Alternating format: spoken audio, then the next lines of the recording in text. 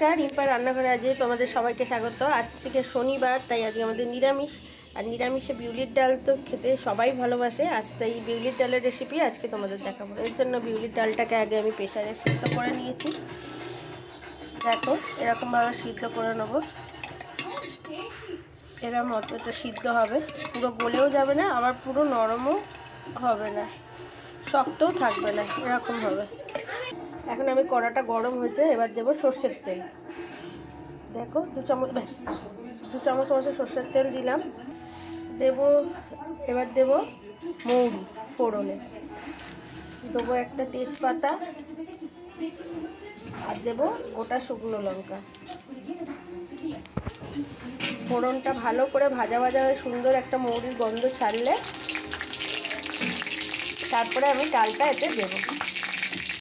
দেখো ফোড়নটা লাল লাল হয়ে আসছে, এবার আমি ডালটা এতে দিয়ে দেবো একটু হলুদ, নুন দিয়েই আমি ডালটা সেদ্ধ করেছি, তাই প্রয়োজন মতো নুনটা তোমরাও দেখে দিও। এবার আমি আদা আর মৌরি নিয়েছি, কাঁচা আদা আর মৌরি, এটা শিলনোড়ায় নিয়েছি, নিয়ে এটাকে মিহি করে একটা পেস্ট করে নেব।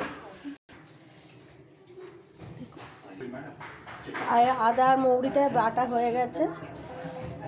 এদিকে দেখো ডালটাও ফুটে উঠেছে, এবার আমি আদা মৌরি বাটাটা দিয়ে দেবো। আমার এখানে নুনটা একটু কম হয়েছে, তাই একটু দিচ্ছি নুন, আর দেবো একটু চিনি। খুব মিষ্টি হবে না, এটা সামান্য স্বাদের জন্য। দেখো ডালটা ফুটে উঠেছে, নুন ঝাল মিষ্টিটা তোমরা তোমাদের স্বাদ মতো দেবে।